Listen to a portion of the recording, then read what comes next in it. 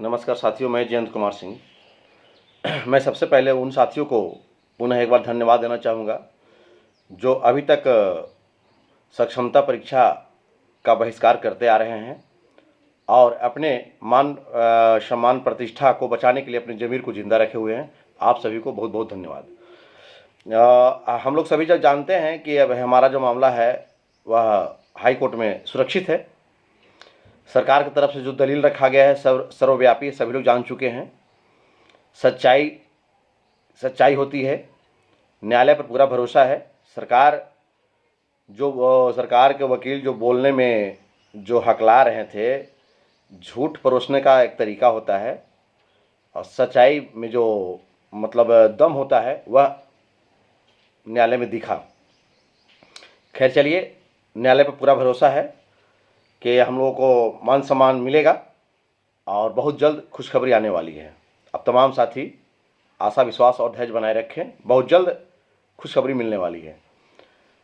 वर्तमान में एक बात बहुत दुख के साथ कहना है कि जो भी पार्टियां या जो भी सरकारें जो भी आती है, हम नियोजित शिक्षकों को फुटबॉल की तरह इस्तेमाल कर रही है।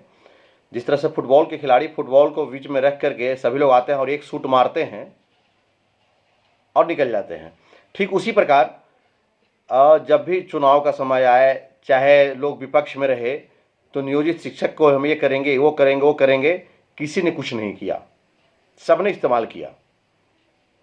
आज अभी देखिए, बहुत दुख के साथ कहना पड़ रहा है कि जब भाजपा बिहार में सरकार में नहीं थी तो वही वर्तमान उप मुख्यमंत्री आदरणीय सम्राट चौधरी जी हम शिक्षकों के लिए पटना के सड़कों पर आंदोलन किए इन्होंने।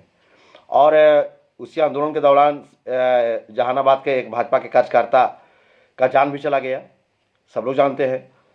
उस समय जब छुट्टी लिस्ट, जो शिक्षकों का छुट्टी लिस्ट था 1 साल का पूरे, जो हिंदू के पत्रा के अनुसार, मुस्लिम के जो कुरान के हिसाब से जो भी पर्व त्यौहार सबका होता था, जो बनता था, उस पर जिला के शिक्षा पदाधिकारी और संगठन बैठ करके हस्ताक्षर करते थे और वही जिला में लागू होता था।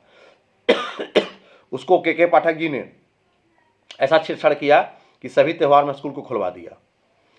तो उस समय सम्राट चौधरी जी और विजय सिन्हा जी, सुशील मोदी जी, सब लोग बोले कि यह हिंदू के पर्व के साथ छेड़छाड़ किया जा रहा है, हिंदू विरोधी सरकार है।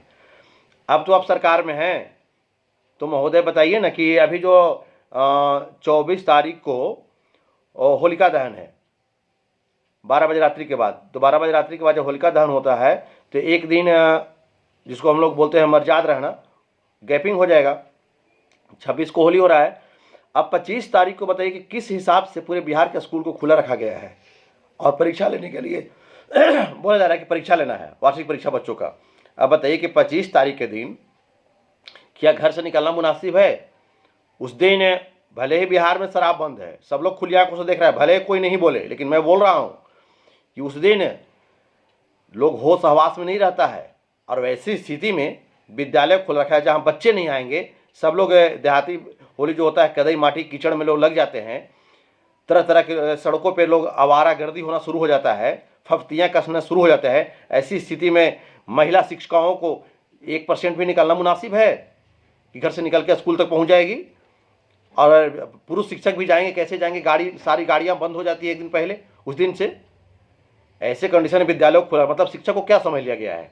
कहाँ गए आदरणीय सम्राट चौधरी जी? मैं आपसे बोलना चाह रहा हूँ, अभी आपको नहीं दिख रहा है कि हिंदू के पर्व के साथ छेड़छाड़ हो रहा है? इतना ही नहीं, देखिए जो इस बार ठंडे के दिनों में पाठक जी ने जबरदस्ती स्कूल खुलवाया और खुलवा कर कितने बच्चों का जान ले लिया इन्होंने। अब फिर देखिए अभी वही तैयारी हो गया है कि ग्रीष्मावकाश जो है वह आधे मई और आधा जून में होता था, क्योंकि गर्मी उस समय चरम सीमा पर होता है।